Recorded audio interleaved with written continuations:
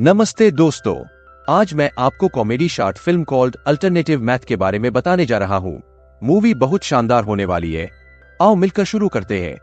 Film का base एक post fact अमेरिकी समाज में स्थापित है, जहां आप जो कुछ भी कहते हैं उसे हर किसी की राय के साथ एग्री करना होता है। एक प्राइमरी स्कूल में मैथ की टीचर श्रीमती वेल्स एक स्टूडेंट डैनी को अपनी कक्षा में इनवाइट करती है। डैनी अपनी मैथ की परीक्षा में बुरी तरह से फेल हो गया है और इस बात से बहुत नाराज है। हालांकि वह इस बात से नाराज नहीं है कि उसने परीक्षा में अच्छा प्रदर्शन नहीं किया। इसके बजाय वह उस शिक्षक से परेशान है जिसने उसे खराब ग्रेड दिए और कहा कि उसके सभी उत्तर गलत थे। डैनी ने मिसेस वेल्स को लाल निशानों से भरी अपनी आंसर बुक दिखाई और सबसे ऊपर एक बड़ा एफ लिखा था। टीचर शांति से उसकी आंसर बुक देखती है और समझाती है कि उसके उत्तर गलत है। यह देखकर कि बच्चे ने 2 और 2 को 22 के बराबर लिखा है, यह स्पष्ट है कि उसे जोड़ने में कुछ परेशानी हो रही है, या शायद वह एक बहुत बड़ा प्रतिभाशाली व्यक्ति है। एक अच्छी टीचर होने के नाते मिसेस वेल्स ने लड़के से कहा कि वह परेशान न हो, क्योंकि उसकी उम्र के बच्चों के लिए संख्याओं को लेकर कंफ्यूज होना नॉर्मल बात है। वह समझाती है कि वह यहाँ सीखने आया है और गलतियां करना सीखने के अनुभव का हिस्सा है। लेकिन डैनी के चेहरे पर नजर डालने से टीचर के दयालु शब्द उसके सिर के ऊपर से निकल गए। वह अपने शिक्षक के सामने झल्लाहट के साथ अपनी उलझन व्यक्त करता है।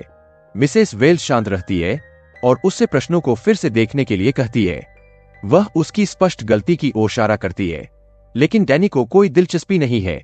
मिसेस वेल्स आगे बताती है कि 2 और 2 मिलकर 22 नहीं होते हैं, क्योंकि जोड़ का मतलब यह नहीं है कि आप इस संख्याओं को एक दूसरे के बगल में रख सकते हैं। आपको उन्हें जोड़ना होगा। जब वह समझाती है कि वह संख्याओं को कैसे जोड़ सकता है, तो बच्चा कहता है कि आपका तरीका बेवकूफी भरा है। टीचर किसी तरह अपने इमोशन को दबाती है और उसे एक व्यावहारिक उदाहरण देने की कोशिश करती है। डैनी ने अपनी पूरी हिम्मत जुटाते हुए जवाब दिया कि उत्तर 22 है। मिसेस वेल्स ने उसे बताया कि वह गलत है और सही उत्तर 4 है।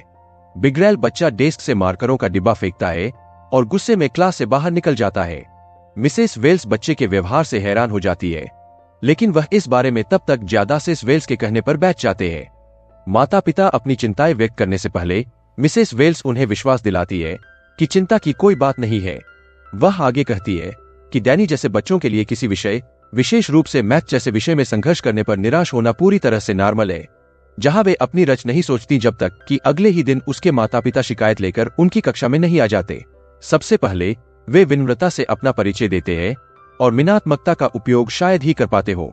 डैनी की मां मिसेस वाल्श के दयालु शब्दों के लिए कोई भी उत्तर नहीं देती। वह शिक्षिका की हर बात को अनदेखा करती है और पूछती है कि डैनी अपनी परीक्षा में कुछ उत्तर गलत क्यों कर रहा है। मिसेस वेल्स हैरान हो जाती है, लेकिन इसे अपने चेहरे पर नहीं दिखाती है। वह खुद को संभालती है और समझाना शुरू करती है कि परीक्षा में किस तरह के प्रश्न थे। उसके बाद वह बताती है कि डैनी ने 2+2 क्या है। माता पिता को एहसास हो गया होगा कि यह उनके बेटे की गलती थी, लेकिन मिसेस वेल्स को हैरानी हुई। उन्होंने उसे अपनी बात साबित करने के लिए इंतजार करने के लिए कहा। यह स्पष्ट हो जाता है कि कपल यह नहीं समझते हैं कि बच्चे का उत्तर गलत है। टीचर स्पष्ट रूप से कहती है कि 22 सही उत्तर नहीं है। मां मिसेस वेल्स से पूछती है कि किसने कहा कि उत्तर गलत है। मिसेस वेल्स उत्तर देती है, मैथ ऐसे ही काम करता है। कपल पूरी बात समझने से चूक जाते हैं और मिसेस वेल्स पर उनके बेटे को बेवकूफ कहने का आरोप लगाते हैं। टीचर समझाती है कि उनका ऐसा कोई इरादा नहीं था और वह केवल उसकी गलती सुधारने का प्रयास कर रही थी। जब पिता चिल्लाना शुरू करता है तो मामला गर्म हो जाता है। वह मिसेस वेल्स से पूछते हैं कि वह कौन होती है यह घोषित करने वाली कि उनके बेटे का उत्तर गलत है और उनका उत्तर सही है। मिसेस वेल्स कपल की मूर्खता से पूरी तरह हैरान है। वह उनसे तर्क करने का प्रयास करती है, कहती है कि उत्तर तथ्यात्मक है और वे कभी नहीं बदलेंगे। सब कुछ देखकर उलझन में पड़े टीचर ने दोनों से साफ पूछा कि क्या वे जानते हैं कि 2 और 2 का योग कितना होता है। जवाब देने के बजाय मिसेस वेल्स को अपमानित किया गया। पिता ने उन्हें चालाक आवारा कहा, फिर उनके उच्चारण का मजाक उड़ाया। अभी भी सम्मानजनक होते हुए श्रीमती वेल्स उन्हें बताती है कि वह अब बातचीत जारी नहीं रख सकती है और उन्हें बाहर का रास्ता दिखाती है। डैनी की मां का कहती है कि वे प्रिंसिपल से शिकायत करने जा रहे हैं, जबकि उसके पिता चिल्लाते हैं कि उनका बेटा उत्तर 22 कहने के लिए एक स्वतंत्र विचारक है। जाने से पहले मां उसे नौकरी से निकलवाने की धमकी देती है और उसे कुतिया कहती है। दोनों से तंग आकर मिसेस वेल्स उनसे 2 और 2 क्या होता है यह नहीं जानने के लिए शर्मिंदा करती है। बात यहां समाप्त हो जाती है जब मां मिसेस वेल्स के चेहरे पर थप्पड़ मारती है। अगले दिन प्रिंसिपल इस मामले पर चर्चा करने के लिए मिसेस वेल्स की क्लास में आते हैं। वह पूछते हैं कि मैनेजमेंट इस स्थिति को कैसे संभाल रहा है, लेकिन उसे पता चलता है और वे चाहते हैं कि वह माता पिता से माफी मांगे। इससे वह नाराज हो जाती है क्योंकि उसकी मां ने ही उसे मारा था। प्रिंसिपल को इस बात से परेशानी है कि मिसेज वेल्स बच्चों को बता रही है कि उनका जवाब गलत है।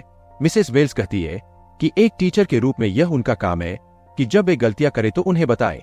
हालांकि प्रिंसिपल का यही विचार नहीं है। उनका दावा है कि शिक्षकों को अपने विचारों को छात्रों पर नहीं थोपना चाहिए क्योंकि छात्रों की अपनी राय होती है। नई और आधुनिक दुनिया में सब कुछ राजनीतिक रूप से सही होना चाहिए।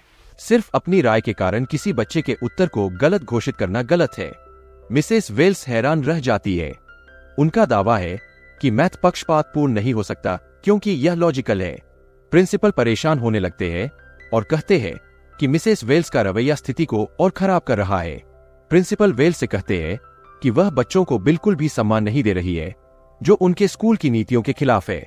उसी दिन माता पिता की भीड़ स्कूल के सामने इकट्ठा होती है और टीचरों के गलत व्यवहार और उनमें से कुछ तो यह भी मांग करते हैं कि वह उन पेरेंट्स से माफी मांगे जिन्हें उसने यह कहकर नाराज किया कि 2 और 2 मिलकर 4 होते हैं, और वे उस पर बच्चों से नफरत करने का आरोप लगाते हैं। तो मामला और भी बिगड़ जाता है। स्थिति को और गंभीर होते देख स्कूल के सुप्रिटेंडेंट और उनके वकील मिसेस वेल्स के साथ मीटिंग करते हैं।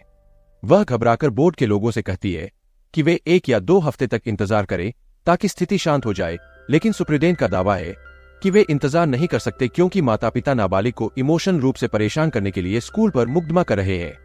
मिसेस वेल्स ने कहा कि उन्होंने सिर्फ इतना कहा था कि 2 और 2 4 होते हैं, जिससे इतनी परेशानी हुई है। बोर्ड के मेंबर इस बात पर हंसते हैं और जवाब देते हैं कि उन्हें एक ही सवाल के कई सही जवाबों की संभावना को स्वीकार करना चाहिए। मिसेस वेल्स को बिल्कुल भी यकीन नहीं होता। वह जानती है कि वह सही है, लेकिन दुनिया एक अजीब जगह में बदल गई है जहां हर जवाब सच होना चाहिए और हर तथ्य पर बहस हो सकती है। प्रिंसिपल ने उन पर आरोप लगाया कि वह हर उस व्यक्ति को बेवकूफ के रूप में पेश करती है जो उनसे असहमत है।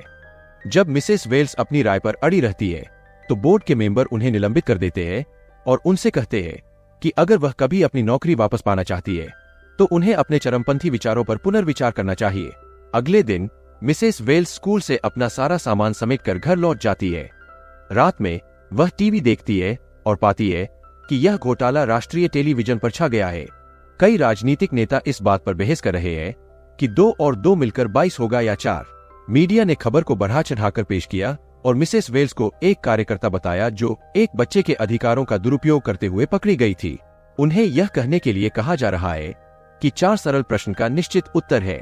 कुछ लोग मिसेस वेल्स को 1 वर्ष से अधिक समय तक छात्रों को अपनी कक्षा में न रखने के लिए भी नीचा दिखाते हैं, जिस पर मिसेस वेल्स गुस्से में कहती है कि इसे स्नातक होना कहते हैं। जब वह पत्रकारों की मूर्खता से परेशान होकर समाचार देख रही होती है तो उन्हें स्कूल से एक कॉल आती है। प्रिंसिपल उन्हें सूचित करता है कि उन्हें आधिकारिक तौर पर निकाल दिया गया है। वह उन्हें अगले दिन स्कूल आने के लिए भी कहता है और अनुरोध करता है कि वह छात्रों को कट्टरपंथी बनाना बंद कर दे। अगले दिन मिसेस वेल्स आखिरी बार स्कूल जाती है। जैसे ही वह प्रवेश द्वार से गुजरती है, उनका स्वागत पत्रकारों के एक समूह द्वारा किया जाता है जो उनका इंतजार कर रहे होते हैं। स्कूल ने उन्हें यह साबित करने के लिए आमंत्रित किया है कि वे मिसेस वेल्स के नेगेटिव एटीट्यूड का समर्थन नहीं करते हैं और यह स्पष्ट करने के लिए कि वह अब उनकी कर्मचारी नहीं है। आधिकारिक तौर पर कागजात पर हस्ताक्षर करने और स्कूल के साथ उसका कॉन्ट्रैक्ट समाप्त करने से पहले प्रिंसिपल ने कहा कि वह उसे पिछले 2 महीनों का मासिक वेतन देगा। वेतन पिछले महीने के लिए $2000 और इस महीने के लिए $2000। प्रिंसिपल का कहना है कि यह कुल $4000 है, लेकिन अंत में मिसेस वेल्स ने जवाब दिया कि यह वास्तव में $22000 है। फिल्म तब समाप्त होती है जब प्रिंसिपल अजीब तरह से रिपोर्टरों की ओर देखता है और फिर मुस्कुराती हुई श्रीमती वेल्स की ओर देखता है। इस तरह के और वीडियो के लिए सब्सक्राइब करें, वीडियो को लाइक करें। धन्यवाद।